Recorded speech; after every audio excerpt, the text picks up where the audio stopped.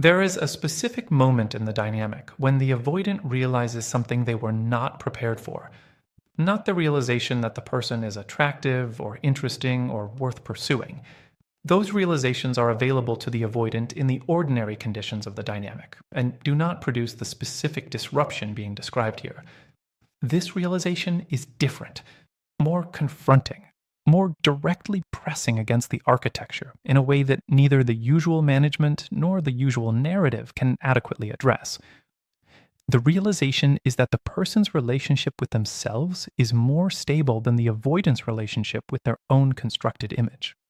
That the self-respect the person carries is not contingent on the avoidance approval, is not organized around the avoidance assessment, is not available to be diminished by the avoidance distance or elevated by the avoidance warmth, is simply there, grounded, self-referencing, not requiring the avoidance participation to maintain its stability. And the avoidance ego, which has been in significant part organized around the implicit position of being the cooler party, the less exposed one, the one whose availability determines the dynamic's temperature, encounters that stability and finds it has no adequate response. The avoidance ego is worth examining honestly here, because the word is often used loosely, without the precision that genuinely illuminates what is actually happening. The avoidance ego, in the specific context of intimate dynamics, is not primarily the grandiose self-importance of someone who thinks highly of themselves. It is something more fragile and more defended than that. It is the specific, carefully maintained sense of relational superiority that the avoidance pattern requires in order to function. The pattern works, provides the specific comfort it provides, when the avoidant is the less emotionally exposed party in the dynamic, when the other person's investment is more visible than the avoidance, when the avoidance withdrawal creates the distance that the other person's pursuit then closes, when the emotional temperature is something the avoidant can regulate through the management of their own availability. This relational positioning, the implicit sense of being the one who sets the terms, whose interest is the more sought quantity, whose presence is what the other person is working to maintain, is not consciously constructed, is not the deliberate exploitation of another person's genuine feeling, but it is functionally present in the pattern's operation. And it provides the avoidant with a specific, quiet, not fully acknowledged sense of having the upper hand. That sense, the ego in the specific relational positioning sense, is what the person's genuine self-respect disrupts. The self-respect that disrupts it is not the performed kind. That distinction has been made throughout this conversation, and it is essential here too. Performed self-respect, the strategic display of not caring, the deliberate demonstration of being above the dynamic, the calculated communication of high value through the managed presentation of indifference, does not disrupt the avoidance ego in the same way. The avoidance system reads performed self-respect as positioning, as the other person playing the game with different tactics, as the relational maneuvering of someone who is still, underneath the performance, organized around the dynamic and the avoidance response to them. The avoidance ego can accommodate that, can recognize it as the game being played from a different angle, and can adjust its own positioning accordingly. The performed self-respect is still organized around the avoidant, still taking the avoidant as its primary reference point, even if that reference point is now being related to through the register of apparent non-concern rather than apparent pursuit. Genuine self-respect is different because it is not organized around the avoidant at all, is not a position taken in relation to the avoidance ego, is the natural, unself-conscious expression of someone whose primary reference point is their own genuine interior, their own honest assessment of what they deserve, what they will and will not accept, what their life requires from a connection to be worth continuing to invest in. That genuineness is what the avoidance system cannot manage in the usual way, cannot identify as positioning and respond to with counterpositioning, cannot accommodate as the other party's version of the relational game. It is not the game, it is the absence of the game, the specific groundedness of someone who has left the game entirely. Not through the strategic exit of someone who has calculated that leaving produces the best outcome, but through the genuine departure of someone who was never primarily in it for the game in the first place, and has finally, honestly, stopped pretending otherwise. The realization of this, the specific, involuntary, this is different recognition that lands in the avoidance interior when genuine self-respect is encountered, tends to produce a particular sequence of interior events. The first is confusion. Not the conscious, articulable confusion of someone who is aware of being confused. The precognitive confusion of a system whose usual protocols are not producing the expected results. The usual dynamics of the pattern require the other person's emotional investment to be accessible as the leverage point that allows the avoidant to maintain the comfortable relational positioning. When the emotional investment is genuinely grounded in the person's own self-respect, rather than organized around the avoidance response, the leverage point is not available in the expected form.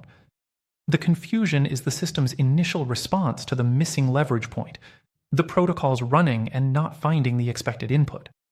The second event is the specific, uncomfortable recognition that the positioning has shifted, that the implicit relational hierarchy, the avoidant as the cooler party, the more sought, the one whose availability sets the terms, is not operating in its usual form. Not because the person has positioned themselves above the avoidant. The genuine self-respect is not organized around any relational hierarchy.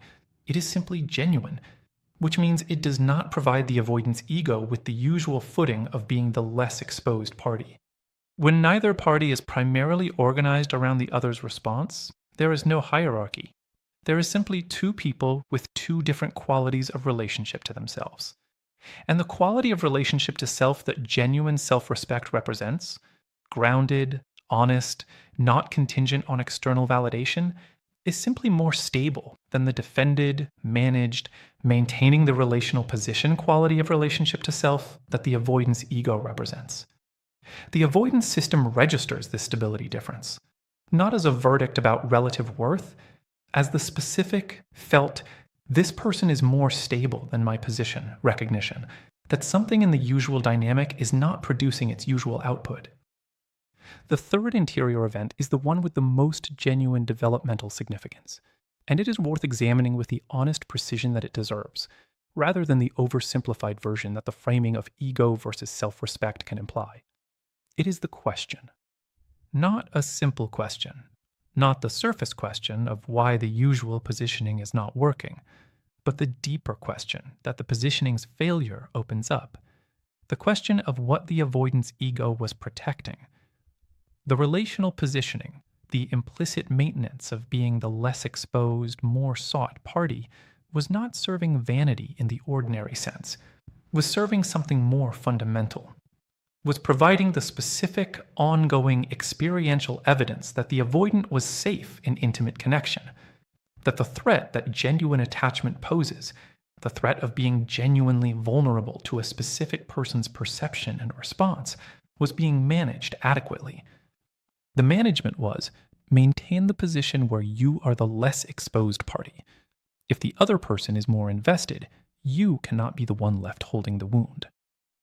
The person's genuine self-respect dissolves that management, not by being more invested or less invested, but by simply being genuinely self-complete. By carrying the specific, grounded, not contingent on outcome quality of someone who cannot be made more or less stable by the avoidance availability. And in dissolving the management, the person's genuine self-respect reveals what the management was protecting against. The specific, deep, authentic fear that has been the central concern of this entire conversation. The fear of genuine exposure, of genuine attachment, of being truly vulnerable to someone whose perception of them and presence in their life genuinely matters. The ego was protecting that fear. The self-respect stability removes the ego's ability to do its job. And what is revealed in the ego's failure is the fear itself. That revelation is the most significant thing the person's genuine self-respect produces in the avoidance interior. Not the humbling of the ego in the sense of the avoidant being taken down a notch. Not the shift in relational positioning that makes the avoidant pursue more and the person less available. The revelation of the fear. The specific, honest. This is what the positioning was protecting, contact, with what has been the architecture's most fundamental driver throughout. Some avoidants, encountering that revelation, find in it the beginning of genuine reckoning with the fear, not the immediate resolution of it. The fear is not dissolved by being revealed, but the beginning of the honest engagement with it that genuine change requires. The first genuine seeing of what the pattern is actually doing and what it is protecting against. That seeing is the necessary precondition for the genuine work that follows, cannot happen while the ego's positioning is adequately managing the fear's exposure. Happens when something, specifically the genuine self-respect of someone who is not organized around the avoidance response, removes the positioning's effectiveness and leaves the fear visible. The person's role in this is simple, and it is not a role in the strategic sense. They are simply being themselves, genuinely, completely, without the performance of self-respect as a strategy or the management of their own self-presentation for the avoidance consumption. The genuine self-respect that disrupts the avoidance ego is the natural expression of someone who has done real interior work and is living from the genuine results of that work, who knows what they deserve, who will not accept the insufficient expression of genuine feeling as adequate substitute for the real thing, who is complete enough in themselves that the avoidance availability or unavailability does not determine the quality of their interior stability. That person, genuinely self-respecting, genuinely self-complete, genuinely not organized around the avoidance ego, is not performing anything, is simply there, in the full, quiet, entirely grounded quality of someone who has arrived at themselves honestly, and is living from that arrival without apology or management or the strategic deployment of their genuine qualities for any particular relational purpose. And the avoidance ego, encountering that, finds itself in the presence of something it cannot leverage, cannot position itself in relation to, cannot maintain the comfortable relational hierarchy alongside, simply encounters, and in the encountering is brought, however uncomfortably, however gradually, however incompletely, into contact with the thing the positioning was always protecting against, the genuine fear, the genuine vulnerability, the genuine possibility that was always underneath the architecture, of actually, really, without the management running everything, being in genuine contact with another person.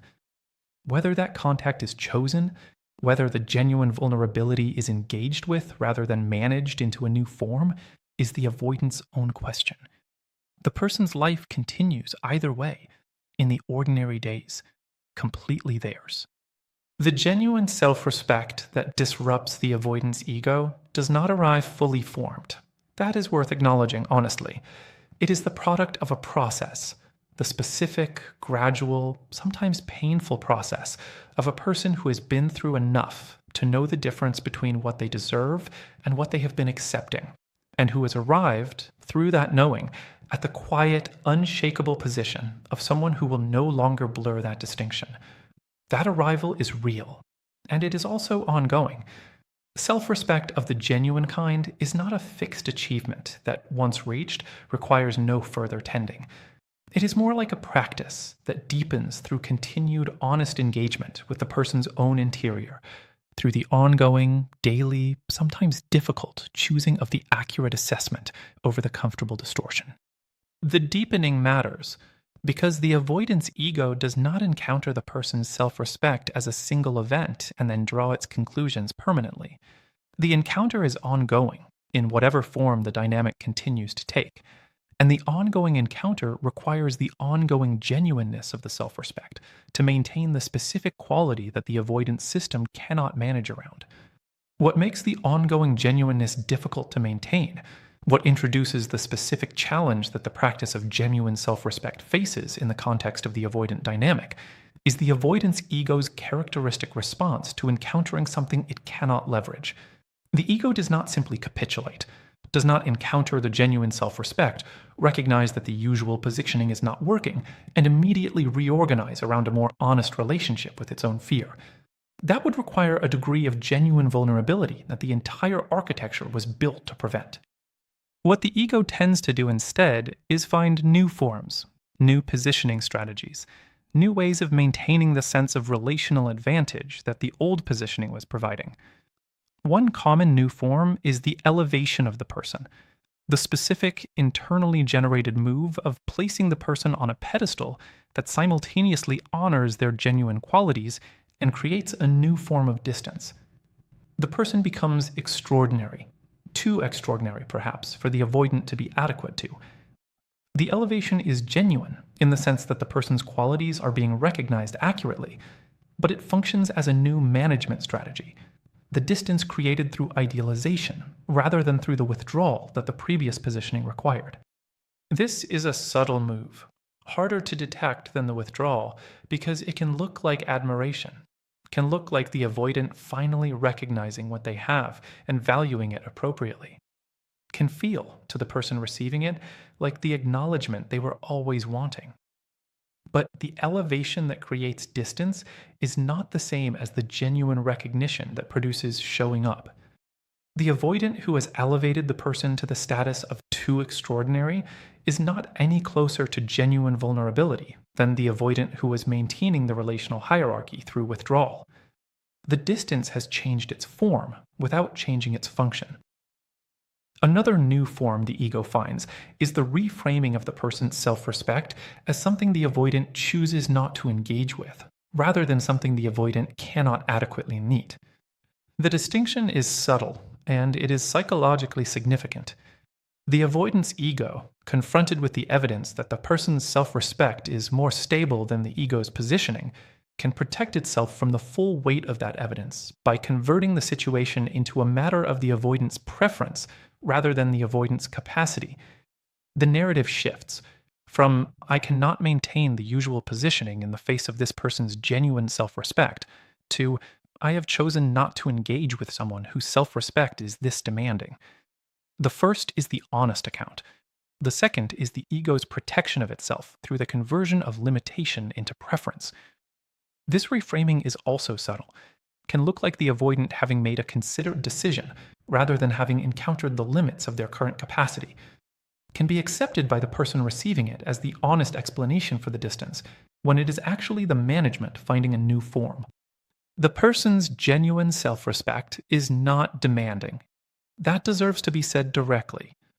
The standards that come from genuine self-knowledge, the clear, honest, not negotiable understanding of what genuine reciprocal presence requires, are not excessive, are not the unreasonable requirements of someone who is asking for more than love reasonably provides. They are the accurate expression of what genuine mutual presence actually looks like.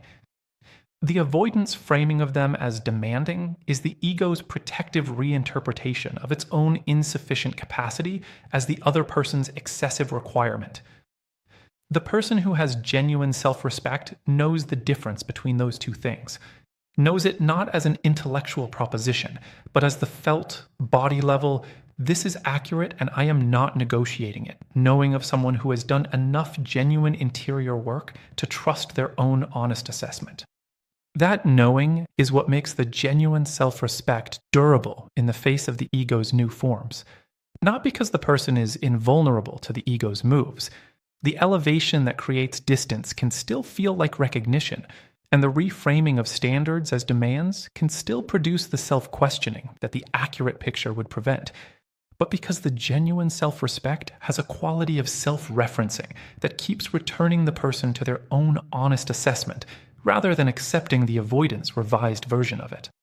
The return is the practice, the ongoing, repeated, sometimes requiring effort return to the honest interior assessment, rather than the avoidance interpretation of the situation, to the actual evidence of the ordinary days, rather than the elevated language of someone who is admiring from the new distance of idealization, to the genuine knowledge of what reciprocal presence feels like, and what its absence feels like, and which of those is present in the actual texture of the actual dynamic. The avoidance ego encountering the person's durable, genuine self-respect, the kind that keeps returning to the accurate assessment rather than accepting the revised version, is in an increasingly difficult position over time. The new forms require maintenance. The elevation requires ongoing idealization that is difficult to sustain in the face of the person's ordinary humanity. The reframing of standards as demands requires the continued denial of what the honest accounting of the dynamic would reveal. The alternative forms of positioning require the ongoing expenditure of the same interior resources that the original positioning required, with the additional cost of the original positioning having already been shown to be inadequate. Over sufficient time, in the conditions where the person's genuine self-respect is consistently present, the maintenance cost of the ego's new forms begins to exceed what the ego is willing to pay. This is not a guaranteed outcome. The management is sophisticated, and the ego's capacity for finding new forms is considerable. But it is the direction that genuine, sustained, not performed self-respect tends to point the dynamic toward. The gradual, cumulative, this is requiring more than it is returning revelation, that the positioning, in all its forms, is expensive in ways the genuine vulnerability it was protecting against would not be. The cost of maintaining the ego's positioning is the relationship with a person whose genuine self-respect keeps pointing back toward the honest account. The cost of genuine vulnerability would be the specific, targeted fear that the architecture was always managing. The risk of being genuinely exposed to someone who genuinely matters. At some point, not always, not predictably, not as a guaranteed consequence of the person's genuine self-respect being consistently present, the calculation shifts. The cost of the positioning exceeds the cost of the vulnerability, and the possibility of something genuinely different becomes more available than it was. The person whose self-respect produces this gradual shift in the avoidance interior cost calculation is not aware of the calculation, is not monitoring it, is not structuring their genuine self-respect as the strategy for producing it, is simply living with genuine self-respect as the natural expression of someone who has arrived at themselves honestly, and will not depart from that arrival for the convenience of someone whose ego needs a more accommodating reference point. That is the whole of it. Not complicated, not strategic, not organized around the avoidance response. The genuine self-respect simply is what it is, present, grounded, not available to be leveraged or elevated away from or reframed into something more manageable. Simply there, in the ordinary days, which continue to belong entirely to the person living them, regardless of what the avoidance ego is doing with the encounter, regardless of whether the calculation shifts, regardless of whether the fear is eventually engaged with or continues to be managed in new forms. The person's self-respect does not require the avoidance reckoning to be genuine, does not require any particular outcome to justify its continued presence. It is simply what genuine interior work produces in a person who has been through enough to know themselves honestly, and it belongs to the person, completely, now, in the genuine, ordinary, fully inhabited days that are always the whole of the thing. The calculation that the avoidance ego is running, however unconsciously, however much it operates below the threshold of deliberate awareness, is not the person's responsibility to influence. That has been said throughout this conversation, in various forms, and it remains true here. But there is something worth adding that has not been said as directly as it deserves. The person's genuine self-respect is not primarily valuable because of what it does to the avoidance interior. It is valuable because of what it does for the person's own life. The disruption of the avoidance ego is a consequence. The person's genuine well-being is the point. This distinction matters because the framing of self-respect as the thing that impacts the avoidant can subtly reorient the self-respect toward the avoidant as its audience, can convert what should be the natural, inward-facing, genuinely for-the-person quality of honest self-regard into the outward-facing, avoidant-directed quality of someone who is being self-respecting at someone. And being self-respecting at someone is not genuine self-respect. It is the performance of self-respect, which loses the specific quality that makes genuine self-respect what it is. Genuine self-respect has no audience, is not performing for anyone's recognition. is not calibrated to what it produces in the person who encounters it. It is simply the honest, daily, unannounced expression of someone who has developed a genuine relationship with their own worth, not as an achievement to be demonstrated, but as the natural condition of a person who knows themselves honestly. That quality, the audience free, genuinely for oneself quality of real self respect, is what produces the specific interior experience in the avoidant that has been described. Not because it was aimed at producing it, because its genuine absence of agenda is precisely what the avoidance system cannot manage around. The moment self respect acquires an audience, even the avoidant as its intended witness, it has changed into something else. Something the avoidance system can locate in the familiar territory of relational positioning and respond to with its usual protocols. The genuineness is the thing. And the genuineness requires the absence of the avoidant as the primary concern of the self-respect's expression. What this means practically is simpler than it might appear. The person who has genuine self-respect is not thinking about the avoidant when they are expressing it, is thinking about their own life, their own honest assessment of what they deserve, their own genuine response to what the dynamic is and is not providing, their own interior, the actual, present, genuinely inhabited interior of someone whose primary relationship is with themselves and their own genuine experience. That inward orientation is the self-respect source and its sustaining condition. It requires no particular outcome from the avoidant, no specific recognition, no eventual reckoning that validates the self-respect as having been warranted. The self-respect was always warranted, not because the avoidant's ego was disrupted by it, because the person is genuinely worth respecting. That is the whole of it. Simple, true, requiring nothing external to remain true in the ordinary days that are the whole of the thing.